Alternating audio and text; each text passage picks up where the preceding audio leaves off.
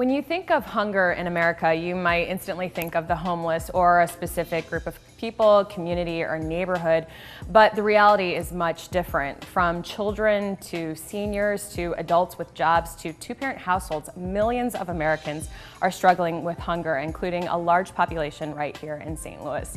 Today we're going to talk about hunger in St. Louis and specifically the work of Operation Food Search, which has been fighting hunger in the bi-state region since 1981. Please stay with us next on City Corner.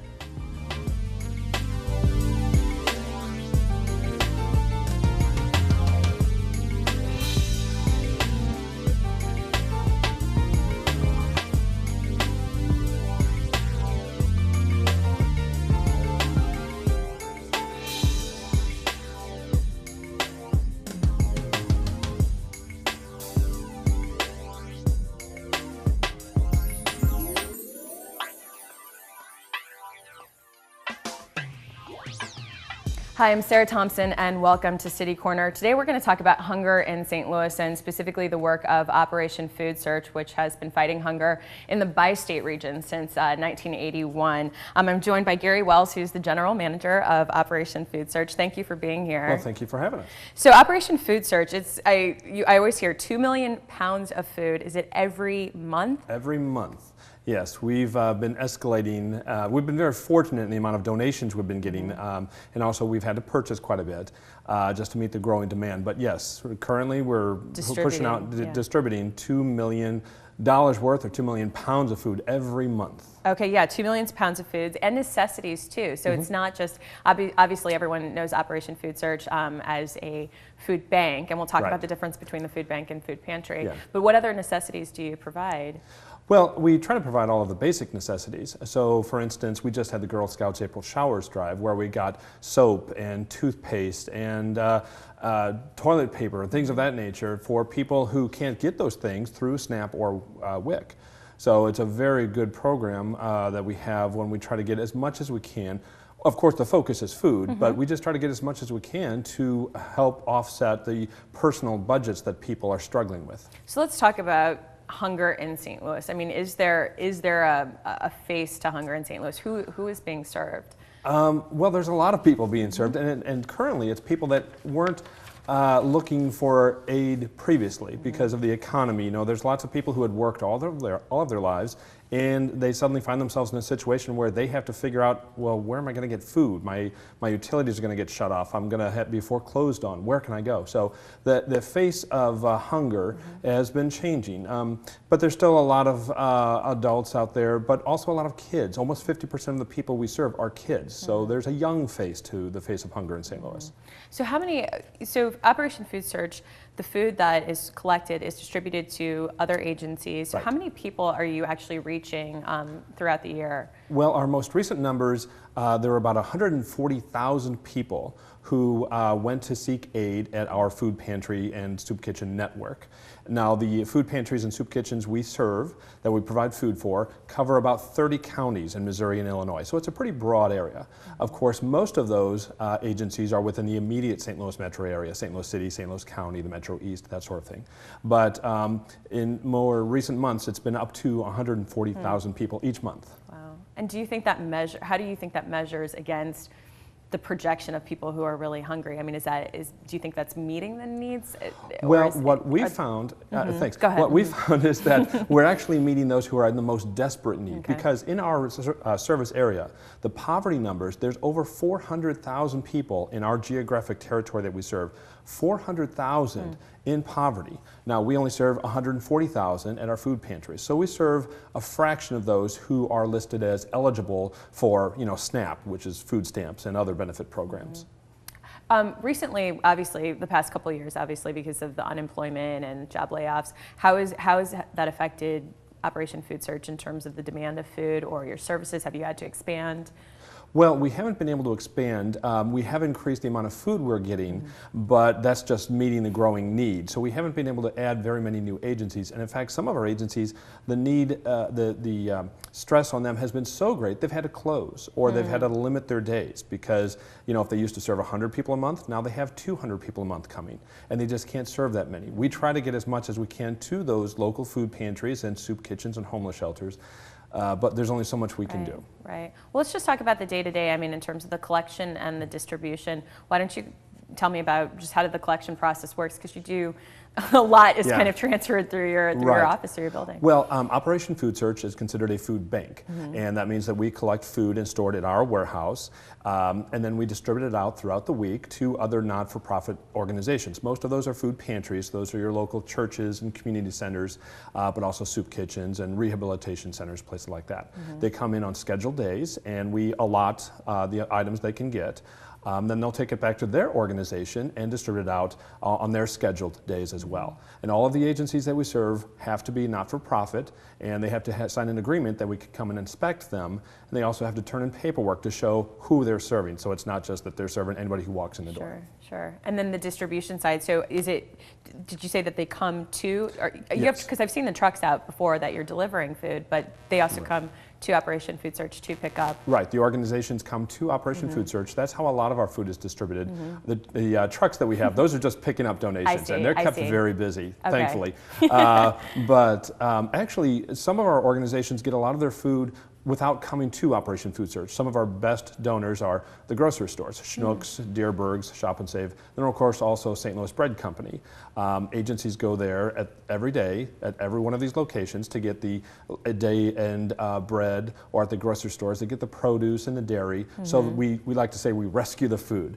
So they save that food from the dumpster, which, you know, the grocery companies used to have to pay for that. So we're saving them, we're taking the food that is edible and getting it to people who are in need. Do you find a lot of restaurants locally or want to participate in your programs? We're finding more and more, thankfully. We're doing outreach to various hospitals, large corporations that have a cafeteria, and we're trying to rescue their food as well. A lot of your programs, really the backbone is volunteers. So why don't we talk about some of your volunteers and all the areas that they're involved in? Sure. Yeah, we're very blessed with volunteers as well. Last year, I believe we had about 1,000 volunteers.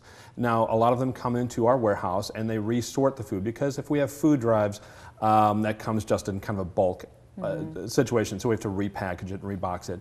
And then also we have volunteers coming in to drive. Sometimes they're driving, especially with a backpack program. They deliver to the schools. And we have some very dedicated workers who come in and pack up the backpacks for our backpack program. Well, I want to talk definitely more about, we're going to, in our second segment, the backpack program as well as your nutrition education. But tell me about some of the other sort of services and programs that you have. There's the Hunger Hotline. What is the Hunger Hotline? Right, we have the Hunger Hotline, and that is a recording that is on 24 hours a day, 7 days a week. And a person who is in need can call our phone number, 314-726-5355, and press 3. It'll ask for their zip code. They put in the zip code, and it will tell them what food pantries or emergency services are in their neighborhood. What do you, I mean, in general, when you sort of go out and you're interacting with the public, I mean, what do you feel is the biggest sort of misconception people think about with hunger? Because I always find with the work that you do and sort of other food pantries is everyone thinks, oh, it's the homeless guy who lives down the street or is sleeping in the park downtown or something, and it's not. I mean, the face of hunger that we were talking about earlier, it's children, it's families, working families who just cannot they just can't make the ends meet, and the first thing to go is food on dinner for this child or dinner on this night. Yeah, one of the things that people don't understand is that if you work minimum wage, $7.25 an hour, and you work 40 hours a week, every week, you are only a few $100s off the mark for being eligible for food stamps. And that's if you work 40 hours a week at minimum wage. So a lot of people are struggling. And one of the biggest misconceptions is that these people are just getting free food and they don't want to work and that sort of thing. Well, you know, in the St. Louis City, St. Louis County, Metro East, there's over 270,000 people in poverty. 270,000 people in poverty.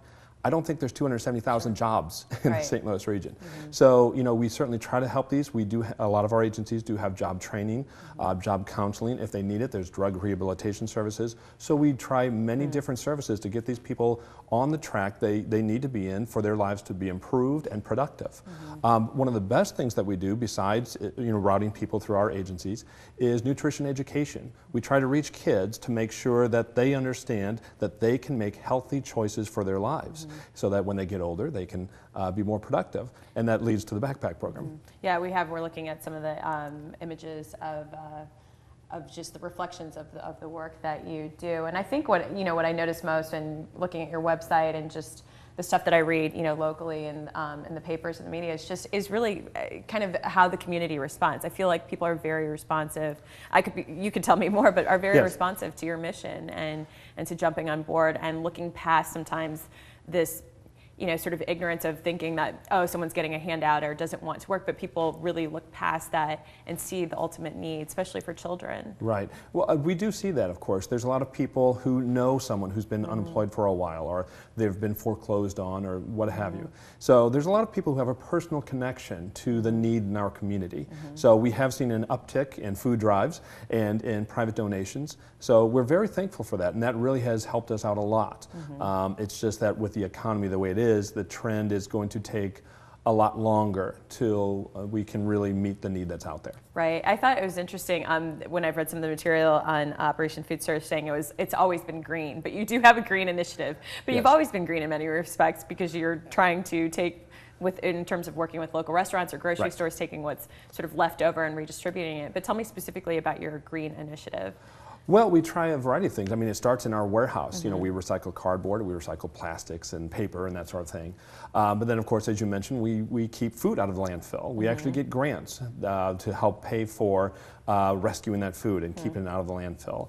And then with other green initiatives, we're just working with a variety of groups and organizations to be green, so that we keep going and we're not just wasting what we have. Right. No, I think that's important. Well, we're going to talk about Operation Backpack when we get back, and talk about the nutrition education program that Operation Food Surge has implemented, and it's really neat. So please stay with us on City Corner.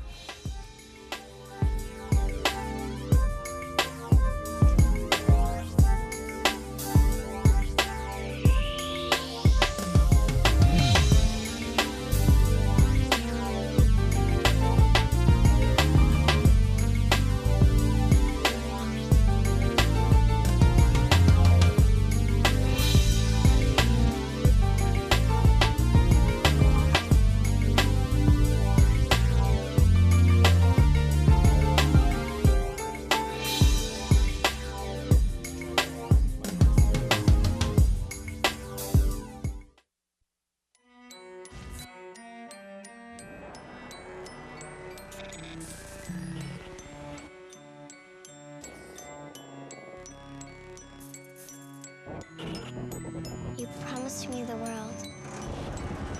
Is this what you had in mind? Every choice we make has a consequence. Help EarthShare and its members restore balance to the world. Visit earthshare.org and see what you can do. EarthShare, one environment, one simple way to care for it.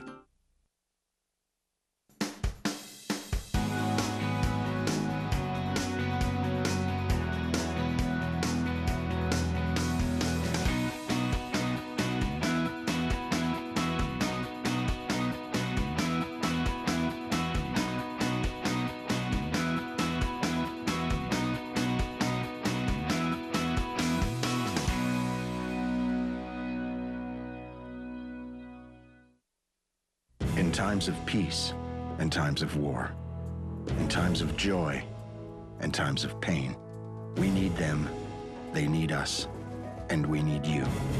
The USO, until everyone comes home.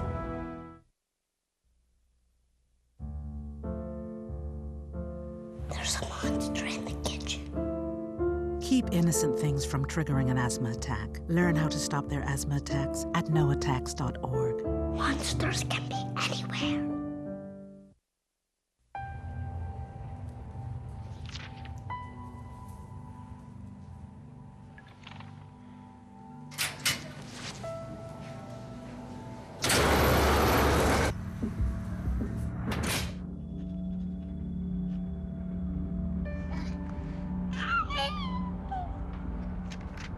When life's this hard, graduating can be even harder.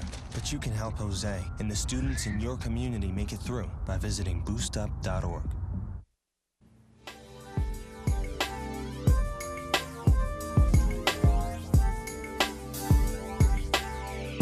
Hi, I'm Sarah Thompson, and welcome back to City Corner. Today we're talking about hunger in St. Louis and the work of Operation Food Search. In the first half of the show, I was speaking with Gary Wells, he's the general manager, and now I'm joined by Mariella Funk, who's the program coordinator. So thank you for joining us. Thank you. So I thought what we do in the second half of the show is really, we talked about some of the programs and services, but get into those that work with kids and the nutrition education program. So why don't we start off first with Operation Backpack, and Gary, why don't you start off telling me what Operation Backpack is? Sure. Operation Backpack is something we started several years ago where we realized that the kids, a lot of times they'll get their breakfast or lunch, especially at school, but on the weekends we're not sure what's happening. So we started working with some of the schools in the St. Louis area, and they've been very cooperative, to get backpacks filled with little bags of nutritious food, as nutritious as we can make it, to the kids on Friday afternoon. Those kids will take the backpacks home over the weekend so we know they have something to eat. So when they come back on Monday, they're healthy, fed, and ready to learn. Right, and some of the statistics that you had on your site, it was 1 in 4 children in St. Louis risk going hungry every day. 85% of children in the St. Louis public schools rely on free and reduced cost meals with no food to eat at home. So, I mean, how do you feel that, Mariella, this is change? How do you feel the Operation Backpack is affecting this positively and changing this? Yeah, well, it is important, as Gary said, and we can't track obviously what this food is doing, but obviously the kids are getting fed good food in school, and so we're trying to aid in that. And also the aim of our food is to be supplementary also for their family. So our hope is not only to impact the children, but also to really help with getting additional food into the household for the whole family. I think, again, this is one of those things that most people don't think about necessarily, that kids, that when they're at school, you hear all the stories recently about schools adding breakfast programs or dinner programs, but that school is feeding a vast number of students in the public school district, and not just in St. Louis, but across the country. I mean, what really is, when you interact with the students, what really is the reality of it? I mean, you're talking to these families. What did they say before they were able to take advantage of Operation Backpack? What was their situation like? Yeah, well, and we don't do interviews with the family. Our communication really is with the schools, but I can say we do after-school cooking programs as well,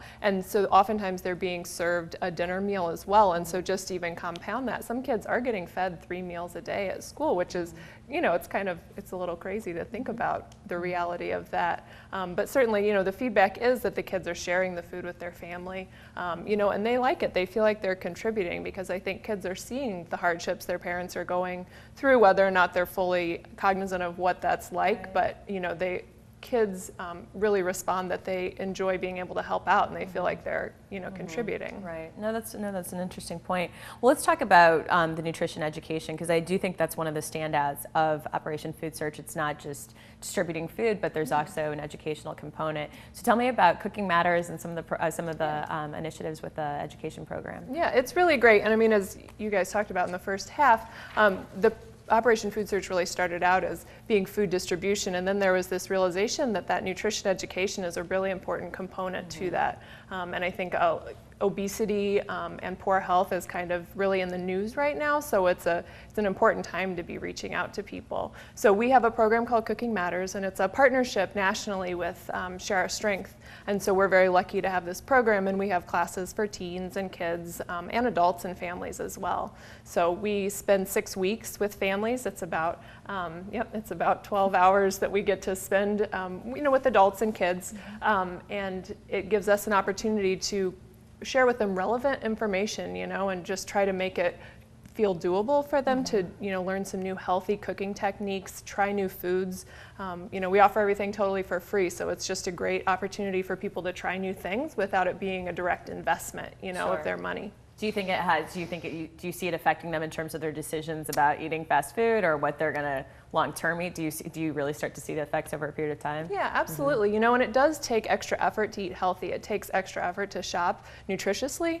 And so a lot of the things that we do are just basic skills, like going to the grocery store and learning how to read a label, learning how to compare items, unit pricing, things like that. So it's really very things you might think of as basic, but that's important, and it does take extra time, but then the more practice you get at that, the easier it gets. Sure. So. Yeah, and that's especially true because one of the things we like to point out is that a lot of the people who live in poverty live in areas that we call food deserts, where there's not your standard grocery stores, if there's any grocery store at all. So this education that Mariella was talking about is getting the young folks and their families to understand the importance of balancing out nutrition, and even though those ding-dongs might be cheap and satisfying in one regard, they're not the healthiest thing. So we try to make sure that they shop wherever they can buy their groceries, that they make good, informed decisions that are healthy for them. Well, actually, that kind of brings up something that I was thinking about. Do you, in terms of produce and vegetables and fruits, is that part of the distribution that you do? Because that's a huge component of a healthy diet, but the hardest and most expensive thing to actually type of food to get. Right. We have been very lucky to get a lot of produce. As I mentioned earlier, the Schnooks and Deerbergs, you know, the families can go, or the agencies go there and get the produce there, and then they can distribute it out to the families there. But we also get some wholesalers and retailers that donate regularly to us. And we're very fortunate that we get produce, because some other food banks in other states aren't that fortunate. And the other thing is that we don't charge anything for any of the food that we distribute. So we try to balance it out, and we don't try to put any burden on our partner agencies. Sure. Well, I noticed speaking of funding and sort of fundraising, that Operation Food Search has done a remarkable job. It's 98% of your revenue is used for your program services, which is remarkable for nonprofits. I mean, usually you see it in the 80% range or sometimes less. And that, what is it for, over Operation Food Search can collect and distribute over $20 worth of food and services to the community for every dollar. Right. Right, and that's just the balance on, again, we talked earlier about 2 million pounds of food every month. When you balance that against the revenue or the income we have, again, it's a tricky thing. Just trying to make sure we have enough funding for the program without like killing ourselves, you know. Sure. But we're able to do it, and we've been very fortunate with the staff and volunteers that we have. And so many of the fundraising efforts, I mean, I feel there's so many events. You guys do several events each month. And then also we just had a photo up there of with the St. Louis Bread Company. You have a partnership with them. Do you want to tell me about that? Well, yeah, the St. Louis Bread Company has been a terrific partner for us. They have, in the past, you know, there's little coin boxes where you can drop your change off, and they have various fundraising events throughout the year. So we get some very substantial donations from St. Louis area, from the St. Louis Bread Companies. In addition to, again, the fact that a lot of our agencies can go to the bread companies at the end of the day and get that end-of-day bread, so that we're getting donations and we're getting food. Right, and I think I've heard that those little coin boxes throughout Bread Company each year can get up to $80,000. Yes, and that's from the community, and that's one of the things that's great, whether it's from those donation boxes at the St. Louis Bread Company, or if it's the Blue Barrels where you're dropping off your April Showers bags at Schnooks and Deerbergs. You know, the community really helps us out, and that's from individuals who have nothing else to gain except the satisfaction that they know that they're helping their fellows who are suffering in the community.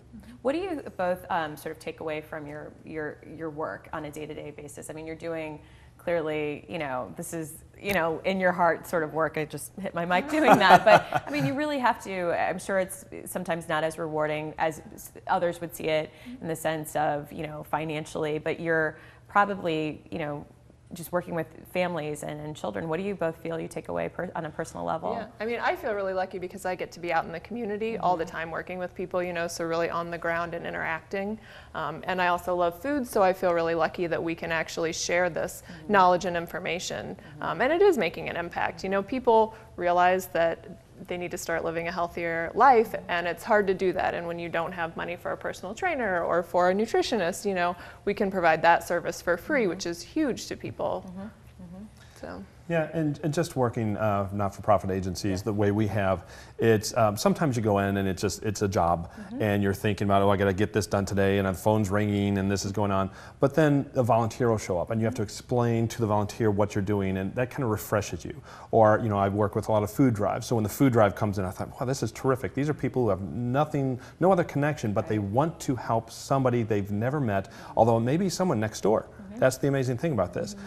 In this economy, it could be the person next door who's trying not to apply for welfare because, you know, there's a big stigma on that, but that's what the benefits are there for. But if they don't apply, they can still get help from the neighborhood food pantries if they need it. Right. No, and that's why I love sort of interviewing, you know, with nonprofits, just because you get a chance to meet people, the staff members, volunteers who, you know, maybe at a different time they would have pursued another career, but their heart's in it and the reward is so high. So it's just interesting hearing those stories. Yes, unfortunately, I don't drive a Bentley, but that's the trade-off. No, to help people or drive a Bentley, I don't know. Absolutely, but it's so much more fulfilling, isn't it, just in terms of your life? And I can't say that anything's wrong with going a corporate route, but right. And the truth is that there's a lot of corporate donors who are very supportive of us, and we we appreciate that terrifically. Right, it takes that balance, and that's Absolutely. it takes that balance. Well, let's talk about some of the upcoming. I know the summer's upon us, and we've got some events coming up. Taste of St. Louis that you're going to be a part of. So, do you want to tell me briefly about that? Well, Taste of St. Louis is, I believe, on June 3rd. June 3rd. Mm-hmm. And so you can go to a variety of area restaurants and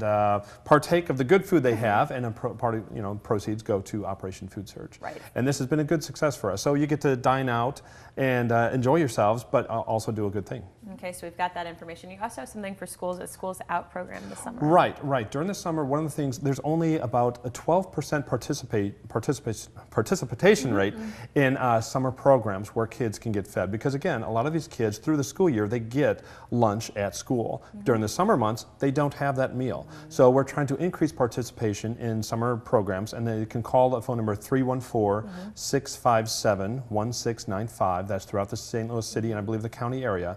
So again, 657-1695, and you can find out what summer programs are available in your area. We'll have this information on our website as well. Okay, so that's something that, again, with kids are, you mentioned earlier, is that 50% of sort of the population that you serve, or the agencies that you work with serve, affect children. And so when they're out of school, do you continue the education programs through the summer as well? We do. We do our programming year-round. We get about a week off between summer ending and school starting, and then also at Christmas time. But beyond that, we're year-round. And what is the age group for the children that you work with? Because I know a lot of the photos are of sort of elementary age students, but do you work all the way up through high school? They're very cute. Yeah, we do. We have a program for kids, which is 8 to 12-year-olds. We've got a teen program that's 13 to 17, and then we have an adult program for parents and those who are not parents as well, that is kind of that 18 and up range. Okay. So yeah, we work a lot with the St. Louis Public Schools. So like I mentioned, we do a lot of after school programming, but then we do summer school and also just summer programming. So churches, community centers that may have a summer program.